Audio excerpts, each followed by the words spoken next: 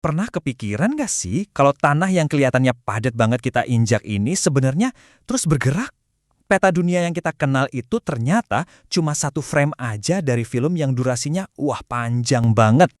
Gimana kalau saya bilang ada benua-benua utuh yang literally tersembunyi persis di bawah kaki kita?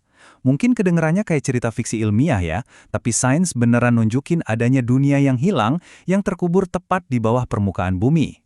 Nah, untuk memecahkan misteri ini, yuk kita mulai perjalanan kita dengan mundur ke masa lalu. Kita bakal selidiki kisah tentang benua-benua yang udah lama banget lenyap dari pandangan kita.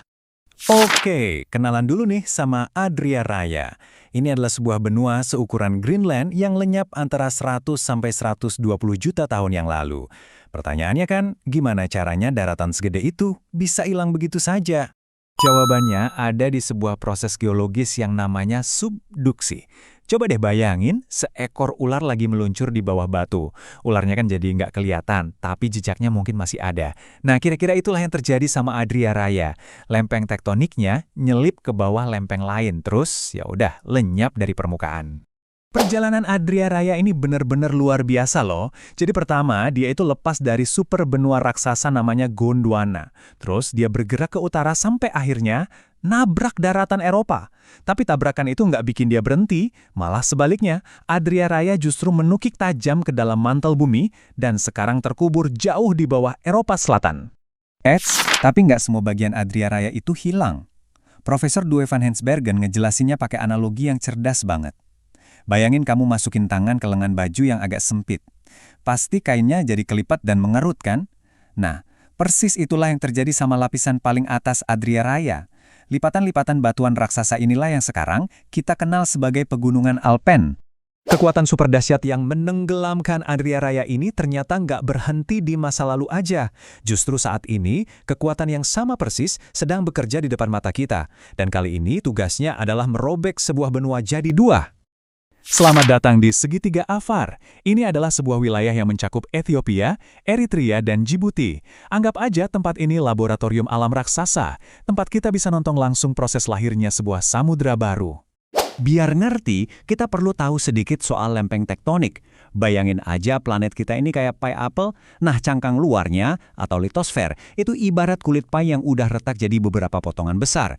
Potongan-potongan inilah yang nggak pernah diam, mereka terus bergerak, bergesekan, dan kadang bertabrakan. Jadi gini, di Afrika, itu ada lempeng Nubia sama Somalia yang lagi tarik-tarikan, saling menjauh. Proses ini menciptakan retakan yang super besar. Magma dari dalam bumi pun naik buat ngisi celah itu, terus mendingin, dan akhirnya membentuk dasar samudra yang baru. Nantinya, dalam jutaan tahun, Laut Merah bakal membanjiri area ini, membelah Afrika jadi dua, dan lahirlah samudra ke-6 di dunia. Oke, kita udah lihat masa lalu yang hilang, udah lihat juga masa kini yang sedang berproses. Sekarang, gimana kalau kita lompat jauh ke masa depan? Kita intip yuk, kemungkinan-kemungkinan luar biasa apa yang menanti planet kita? Jadi, ini semua tuh bagian dari sebuah siklus raksasa.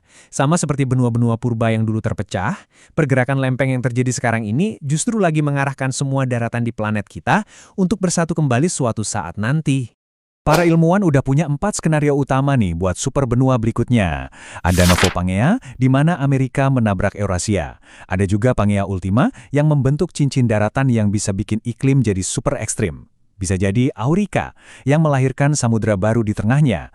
Atau bahkan Amasya, di mana hampir semua daratan ngumpul di kutub utara.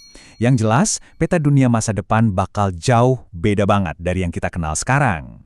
Perubahan skala planet ini emang gila banget ya, sulit buat dibayangkan. Tapi, gimana kalau saya bilang kalau proses raksasa ini sebenarnya terjadi dalam skala yang sangat personal buat kita?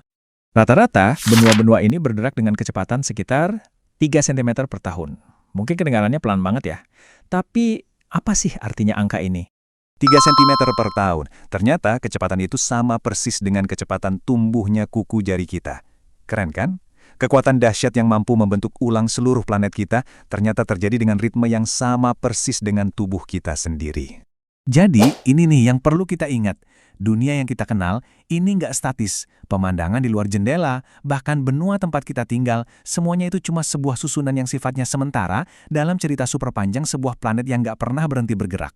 Peta dunia yang ada di dinding kita itu ya cuma satu bingkai aja dalam film yang udah diputar selama miliaran tahun. Pertanyaannya sekarang, kira-kira seperti apa ya rupa bingkai berikutnya?